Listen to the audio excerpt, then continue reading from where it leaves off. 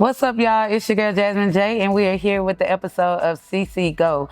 You already know on CCGO, we go out in the community and we talk to change makers that are making things happen. So I'm so excited today. Today we have Dr. Danielle Griffin, Good Life Coaching by Danielle. How you doing today? I'm doing well, thanks. Welcome to the show. So I have so much we want to talk about. I know we talked a little bit off camera, but I like to, ease into it. So for the people, can you let us know a little bit about yourself and kind of what brought you here today? Yeah, well, like she said, Dr. Danielle, I help busy professionals reduce stress, relieve pain, and heal trauma and grief. I do that through the practice of somatic exercise. I'm also a certified hypnotherapist and a yoga instructor. But I came to this point through my own grief and trauma, through my experience with postpartum depression, and all this happened during COVID. All of the things at once. I had my second son, who's 5 now, during COVID. I lost my father in 2021. My husband lost his father. So we were just going through a lot. I had to go back into the workforce. While managing all of these things, family life, my grieving mother, trying to support her. And at the same time, my body was breaking down. I was overworked. I was stressed out. I was burned out. I had high blood pressure. My marriage was falling apart. I was becoming distant with my kids, feeling like I was a horrible mother because my child, at this point, 1-year-old child fending for himself a lot of the time, or my 10-year-old taking care of the baby a lot of time, or where I'm working and teaching and, doing all the things, not able to say no, but also in this cycle of how do I say no? How do I get my life back? Why do I feel this way? I was active. I was eating right, still struggling with weight. Like I said, couldn't get my blood pressure under control. And that was something I was telling myself I wanted, but not understanding how all the things connected to help me manage how I was feeling. One thing I think is so amazing is how we go through things. So when we're connected to our purpose or our calling, of what it is that we're supposed to do, we go through a lot before we get there. And even with me, some of the things that I've experienced before I've gotten to where I'm at today, it's like, it was rough. But now I see that I had to go through those things so that I can share real life experiences with those people that I'm out here to help. So what gave you such a heart of like serving and showing up even after you went through all of that yourself to say, you know what, I'm going to help other people through this? Right. Well, at least having the service-oriented heart is something that has always been in my nature. I've always been somebody that's given back. But specifically in terms of this practice and learning the somatics and the hypnotherapy, when I came across the practice, when I started applying it for myself, when I saw how beneficial it was for my healing journey, for my mental health, for my physical health, how it helped me manage my blood pressure. And then when I learned that I could learn it and teach it to other people, I immediately was like, I have to learn it. I have to be able to share this with other people. There are so many people in my circle that could use this, that need this, that like overcoming the fears and the things that are holding them back, the limiting beliefs, the stress, the pain. So many of especially my family, were grieving, and it wasn't just my father that we lost, lost the uncle as well, and numerous family members that passed during that time. And it's like, we were stuck, we were hurt, we were hurting each other, during that process, the period. And it's like, I just had to equip myself with those skills, even if it wasn't them directly. I just have to be able to help other people. This is when that there's a way to heal yourself and to heal others. Why keep that from other people? And that's just my philosophy. I love that. I love that. So when I first asked you, tell us about yourself, you spoke directly to who you're here to serve. So can you repeat that part as far as like who your target audience is, your community that you're serving? Yeah, busy professionals who are struggling with stress, grief, chronic pain, that are really stuck in that state of constant overwhelm Yes. and just are struggling to see their way out of it.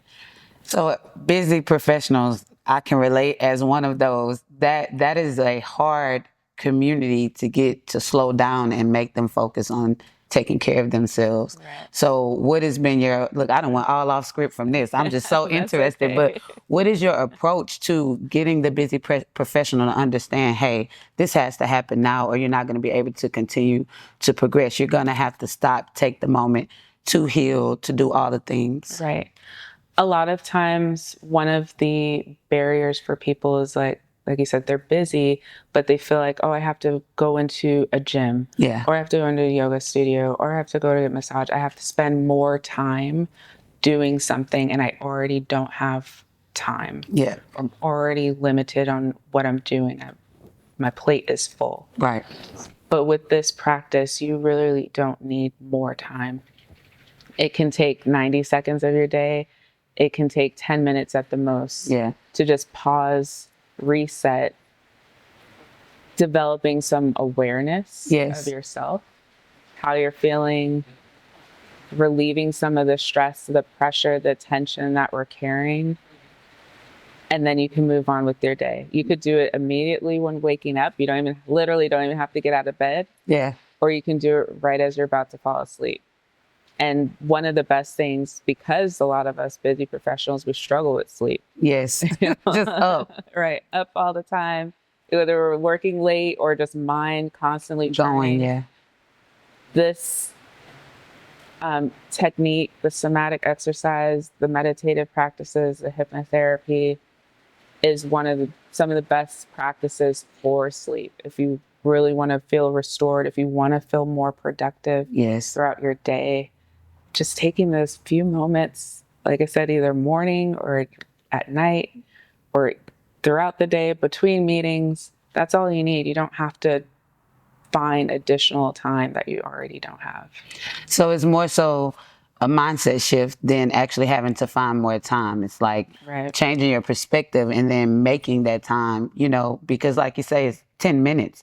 And how much time do we spend on just scrolling on TikTok or just Yeah. wondering, staring off in the sky or just, different things that people do to take a break. Right. I was telling my mom yesterday, I'm like, I was sick about a week and a half ago, like sick. So once I came back to work, of course it put me behind. So since I've been back, I've been like here to 9 p.m. at night. Right. So when I'm leaving, I'm like, whoa, what a day. Then I think about how much time did I take to like actually break, stretch, put my shoulders up, because I'm like hunched over on my phone and laptop. And I didn't do the things that I know I needed to do for myself, but that's being caught up in the everyday thing. So how do you work with your community to get them to like shift their mindset? Yeah. It's starting kind of finding what some of the triggers are, observing when you need it, finding those opportunities. The easiest times, like I mentioned, to start incorporating it is first thing in the morning or at night. Because like you said, sometimes we can get lost in the shuffle. But when you start to incorporate it throughout the day and you can see the shifts and how it starts to make you feel like, oh, my body really appreciated that, or I needed that, or it helped to make sure that I don't feel really bad by the end of the night. That's when some of the mindset shift starts to happen, when you've actually taken those opportunities, because your mind and body start to react and says, I need more of that. Yeah. And that's where you can kind of log it or make a mental note like, hey, I did it this time of day and it felt good. I did these exercises, and the exercises aren't, jumping jacks or running a mile or anything like that. It's mobility based. It might be some shoulder rolls or neck stretches, things to relieve the tension. And so that signals to your mind, body, lowers your cortisol levels, just resets your nervous system. Yeah.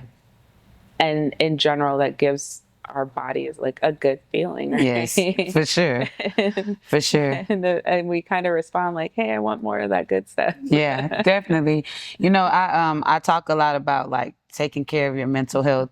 Before I got into the creative space, I was working for a substance abuse and mental health facility, and so I realized when you don't do it, how much it affects you, families, and generations to come. So I'm really big on that.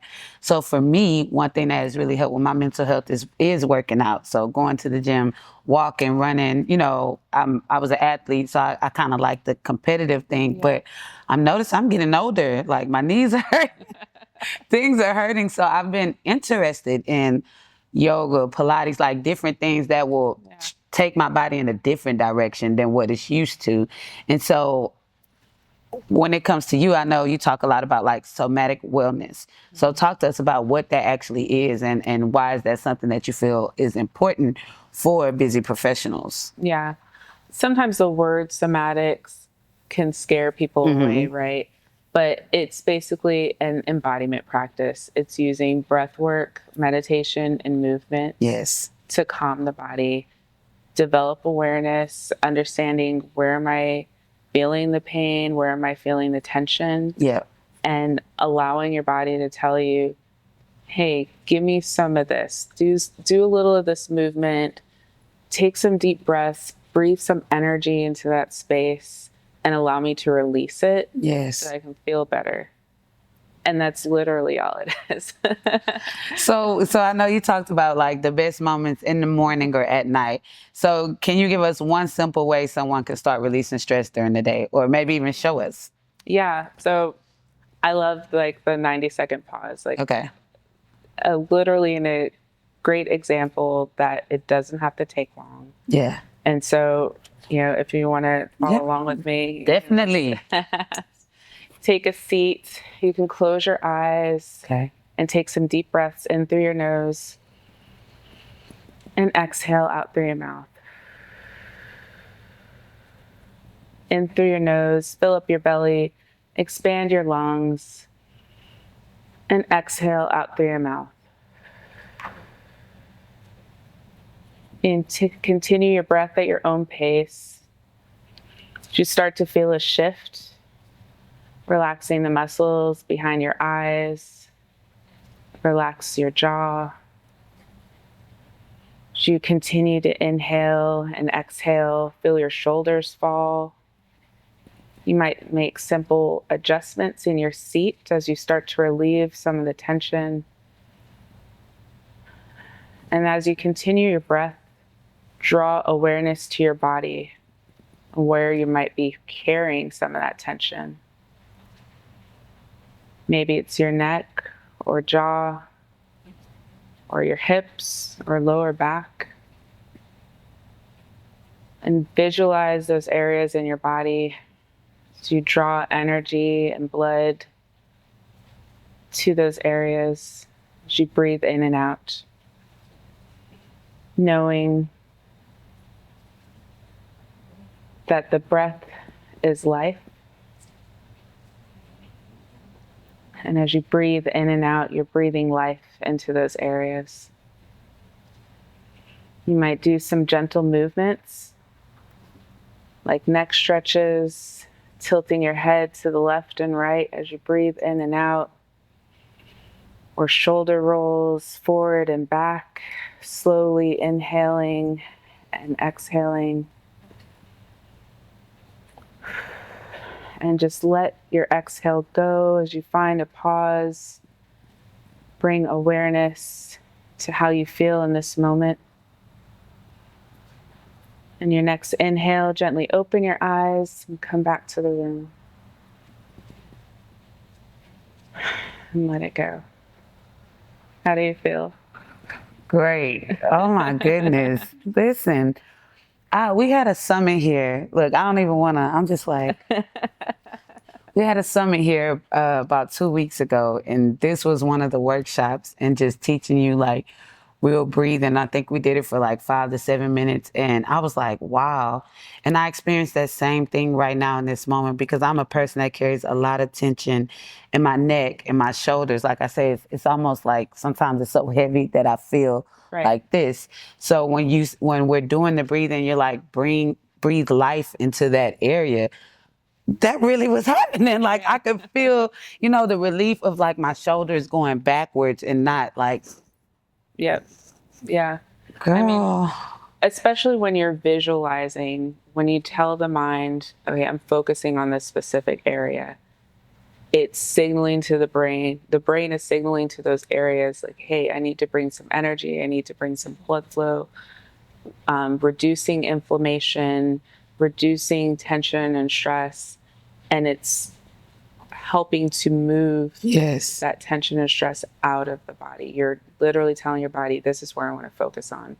And a lot of people aren't aware that we have that much control over Right. ourselves. Like all we have to do is set, that intention and be specific. I want to start to heal this part of me. We don't have to sit here and let it happen. We don't have to sit here and let, work and all the stress Things, of yes. life continue to build up and hold on to it until we're literally breaking. We can do these small actions for ourselves to maintain our health. Definitely. My body is like, we're not done. Like, Yeah. we want Like, more. We want definitely more. For sure, for sure. So I know earlier you touched on grief and a lot of the grief that you've experienced personally in your family as well. And I know grief comes in all different shapes and sizes. I know when I first I started this business as I was a CEO of another business, and I had a plan to do this slowly, right? Because I'd already had a career, things were working. So I'm like, I have this vision from God, but I'm going to slowly do this. Like, I'll build this over the next 10 years. Well, God had a different plan, and I had to leave my previous employment to really focus on this. And it was a lot of grief with that because I had been there 18 years. I had started from scratch, a file clerk to actually running the business. So you could just imagine, all the different experiences that I had there. And I didn't realize that the grief was affecting me the way that it was. And even through COVID, I went through a time of just like God sitting me down and I'm having to sit with myself and see all the things that has kind of like shaped me to who I was at that time. And it was a lot of things that I didn't like about myself that I didn't even notice because I had been so busy. So with things like that, what are some suggestions or what are some things that would have benefited me during that time had I known? Yeah. I think being able to have a practice like this allows us to reduce some of that weight that we're carrying. Yeah. Right? When we start to try to mask it and just keep pushing forward, keep moving forward, just in ways similar to stress, like it just will continue to compound itself and pile on in our bodies. Yes. We continue to hide our feelings, not talk about what we're experiencing and going through. And, this work, especially in combination with therapy, Yes. is Shout out to therapy. Yes. I definitely encourage, if people are able to and you have the resources, definitely do therapy. Yes. Highly recommend. Right. But this is a support tool, right? Mm-hmm. So that you can identify how we're feeling. And then you can bring it back, whether it's your therapist or your doctor. Hey, I did, the inner work, so to speak. Yeah. And this is impacting me. Yes. And that's where you can go to talk about it or get the help and the resource that you need. But this practice will help in those in between times.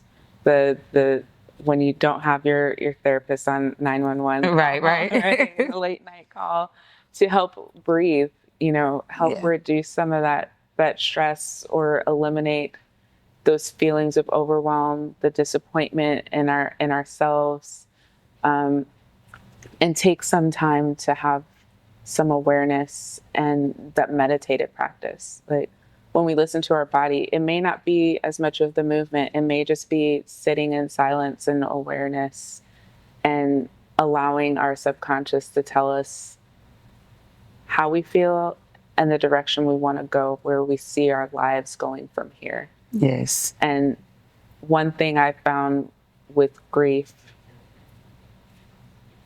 there's a separation and loss with the person or the thing that we're grieving, but then there's also the connection that we have with other people in association with that. Yes, yes. And one thing that I've learned is that relationships will often change, and we want to hold on to those things, but it was the thing or the person that we lost that was sometimes holding those relationships together. Yep.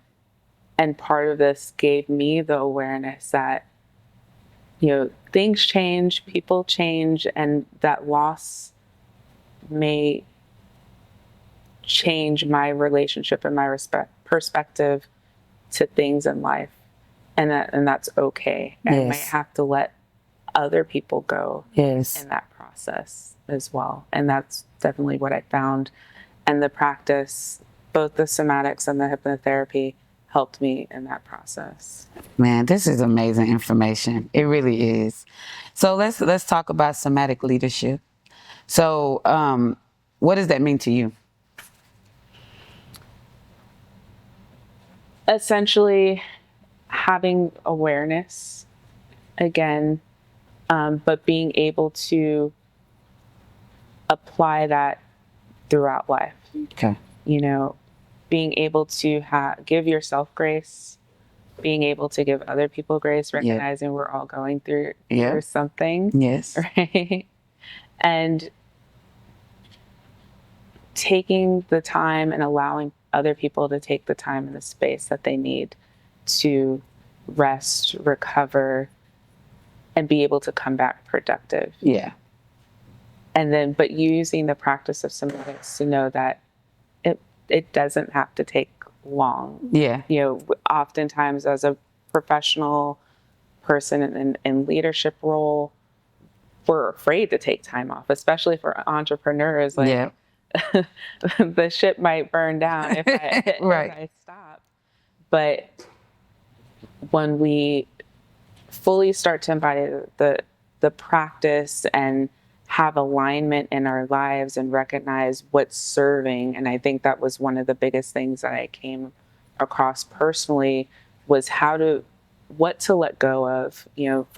For me, that was part of the grief too, being afraid to tell people no, let go of certain things, and doing things that were in alignment that was going to serve me, my family, my business goals. And that allowed me the space to let go and be able to rest and recover. Yes. Having the time, whether it's the 90 seconds, the 10 minutes, or a few days, without the guilt, the resentment, the fear of coming back to, ton of work, knowing, because I know now, okay, I'm productive. Everything I'm doing is in alignment. Yep. And the work is going to get done. And I don't have to stress about it. Wonderful. So in your opinion, what would the workplace look like if leaders prioritize nervous system health?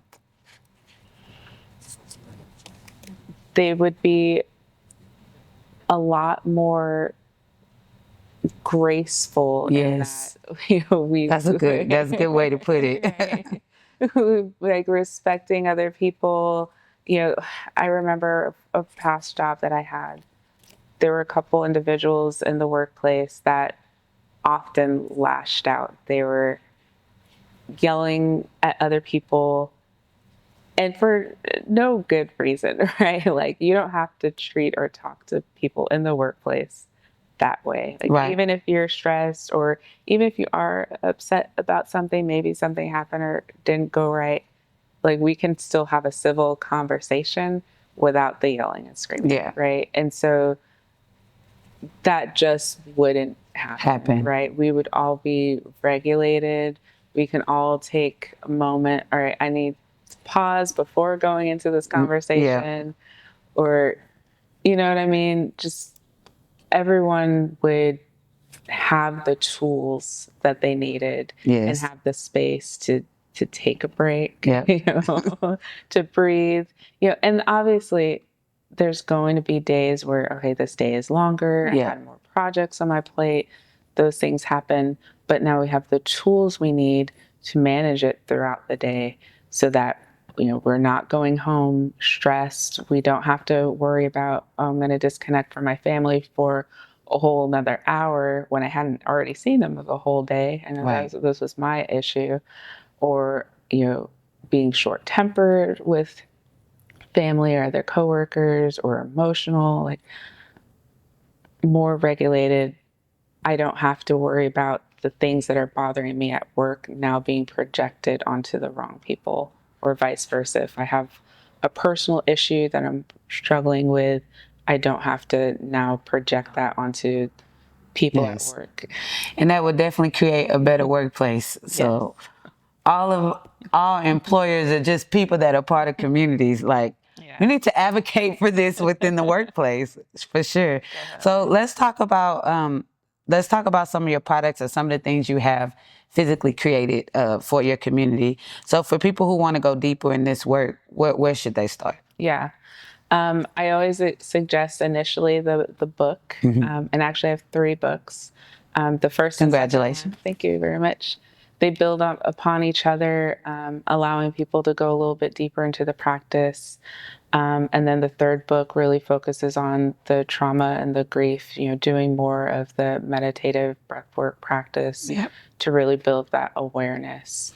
So are they all a part of a series? Yes, the Somatic Exercise Made Simple. Yes. Series. Yes. So did that, how did that name come? Because I'm always interested in how people, how their process of like birthing something. Yeah. So how did you get to that? It definitely was a process, but ultimately it came from my desire to make things accessible, wanting to make sure people, professionals, especially thinking about, again, my family and friends in my circle, yoga practice has been a turnoff for a lot of people because of a lot of the stereotypes, the skinny woman in the studio that's really bendy and flexy and can put their leg around their head, and they're afraid to even go into a yoga studio to get some of the benefits that they could use and need, right? And so this was my way of saying, you don't have to do that. Here's some simple practices that you can do in the comfort of your own home. You can do them at your desk, at work, wherever you feel comfortable, wherever you feel like no judgment. Yeah. And nobody would even really notice that you were doing anything because it doesn't even take that long. Yeah. So just making it simple, accessible. Another part of the book was, I'm doing the poses.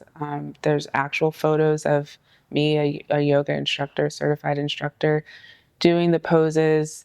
I'm a plus size woman, so showing that it's for all shapes and sizes. Yes. You don't have to be super, skinny or lean or fit or whatever people envision that it is, and their reason that they can't. I'm showing that those things are not true, and for the opposite reasons you can.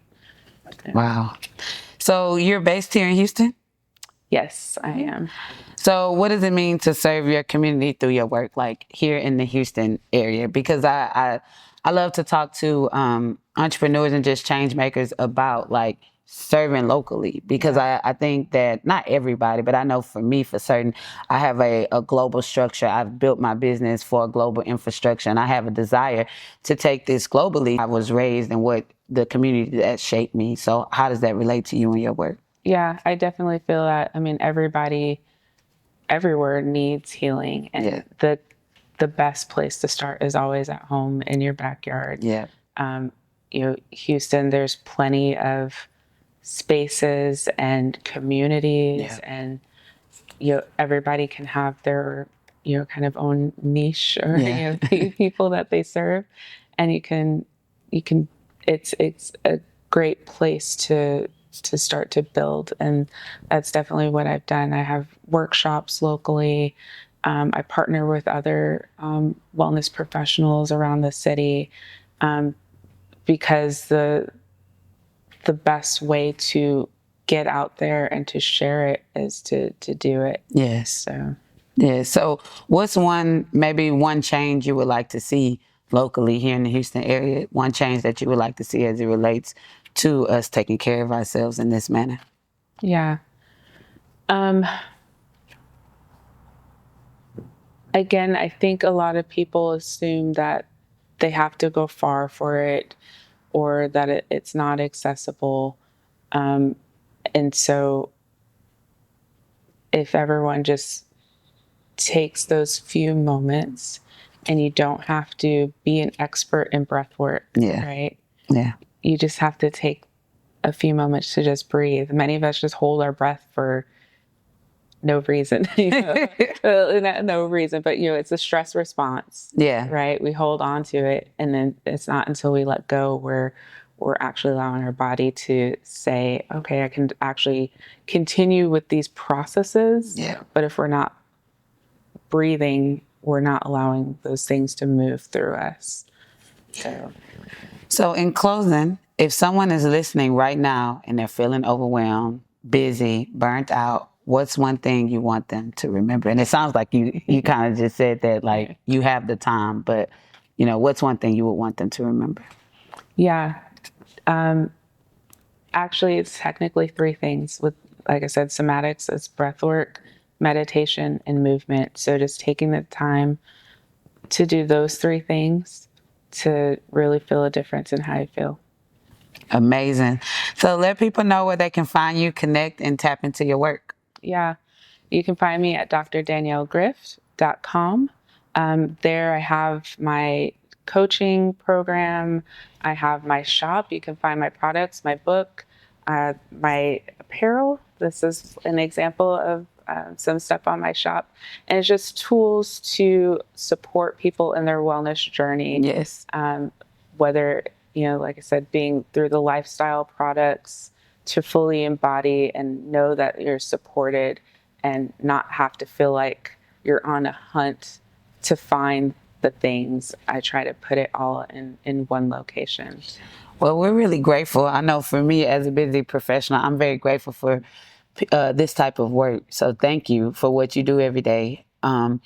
I'm really big on the youth. So at the end of every interview, I ask, for some advice for the youth, because I believe, that's our future. They need us to pour into them. So when it comes to this, what would be your advice to a young person watching this? Yeah, I was actually speaking to someone the other day, and that our youth don't have the tools to manage stress, and they're under an incredibly a lot of stress. Yes. Academics, family life, and we go through life just assuming they're fine because they're young, right? They're resilient, they'll get over it.